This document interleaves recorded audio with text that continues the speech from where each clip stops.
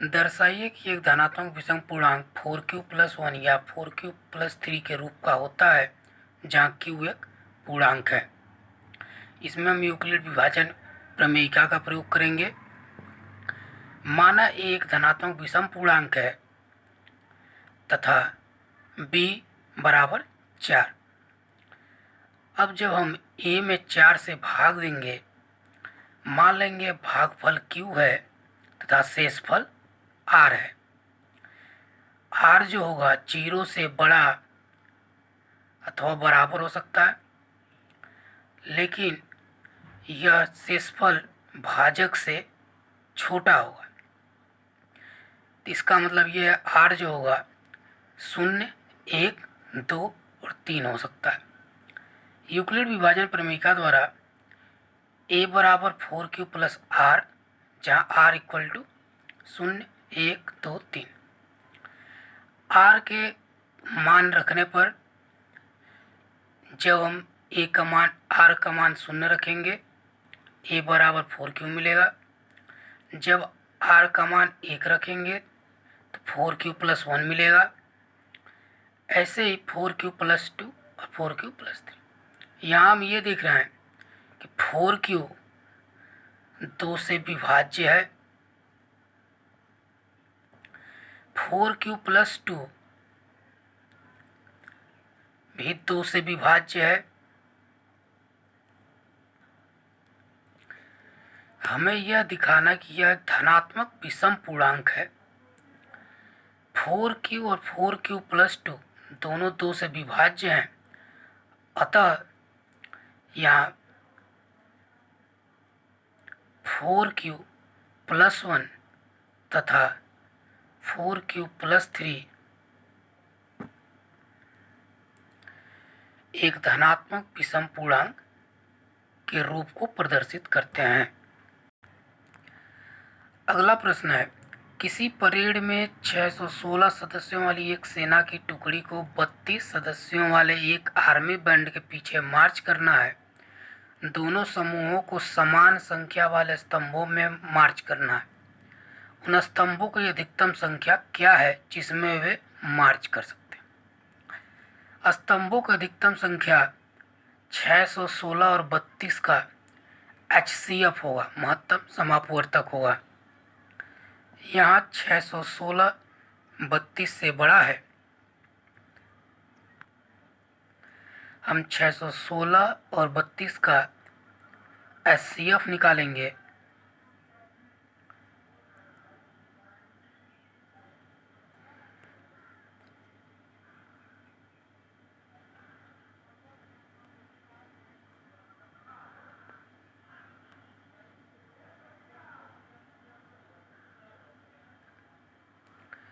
तो 296 में से 288 को अगर घटाएंगे तो यहाँ 8 शेषफल बचेगा। शेषफल हमारा 0 नहीं है, अतः यह प्रोसेस अभी और आगे बढ़ाएंगे। यह भाजक यहाँ भाज्य हो जाएगा। 8 4 जा 32, शेषफल 0। यूक्लिड विभाजन एल्गोरिथम से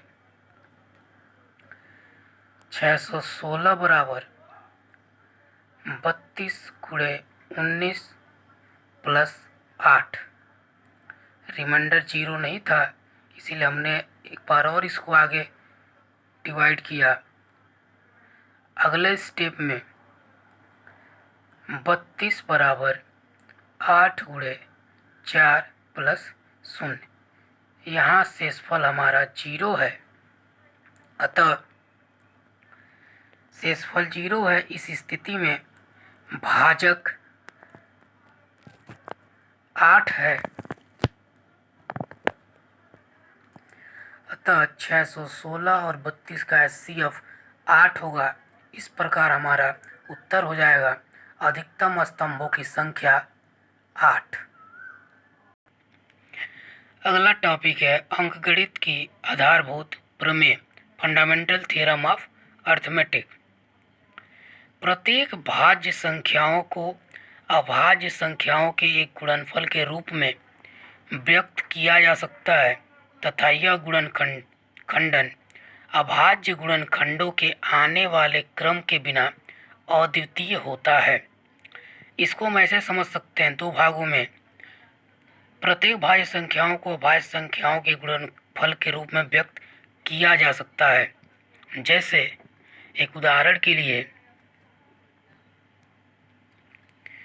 210 का यदि हम एलसीएम निकालें तो 2, 105, 3, 35, 7, तो इसको हम 2 गुणे 3 गुणे 5 गुणे 7 के रूप में लिख सकते हैं। इसका मतलब यह हुआ किसी भी भाज्य संख्या को हम अभाज्य संख्याओं के गुणनफल के रूप में व्यक्त कर सकते हैं। दूसरी लाइन है कि यह गुणनखंडन अभाज्य गुणनखंडों के आने वाले क्रम के बिना अद्वितीय होता है। मतलब यह है कि यह जो गुणनखंड है इसको यदि हम इसके क्रम को आगे पीछे कर दें तो भी इसका उत्तर अद्वितीय होगा। अद्वितीय मतलब यूनिक, सिर्फ और सिर्फ एक ही होगा। एक उदाहरण से हम और अच्छे तरीके से समझ सकते हैं। संख्या 6 और 20 के अभाज्य गुणनखंडन विधि से HCF और LCM ज्ञात कीजिए। 6 का हम अभाज्य गुणनखंड कर सकते हैं 2 3 जा 6, 3 1 जा 3, 2 गुणे 3। इसी प्रकार 20 का भी हम गुणनखंड कर सकते हैं 10, 5, 1। 20 बराबर 2 गुणे 2 गुणे 5, 2 के घात 2 गुणे 5 भी लिख सकते हैं। 6 और 20 का जो HCF होगा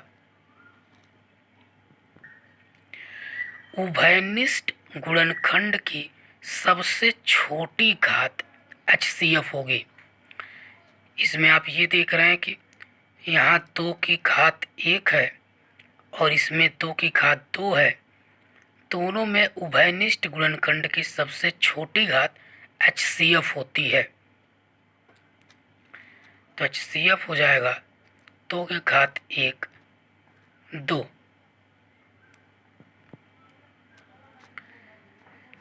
6 और 12 का LCM के लिए प्रत्येक उभयनिष्ठ गुणनखंड की अधिकतम घात 2 की बात करें तो इसमें अधिकतम घात 2 है, 2 के घात 2।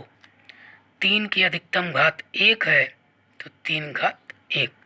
5 की अधिकतम घात 1 है तो 5 की घात 1। इसको हम सॉल्व कर लेंगे तो यह 60 होगा।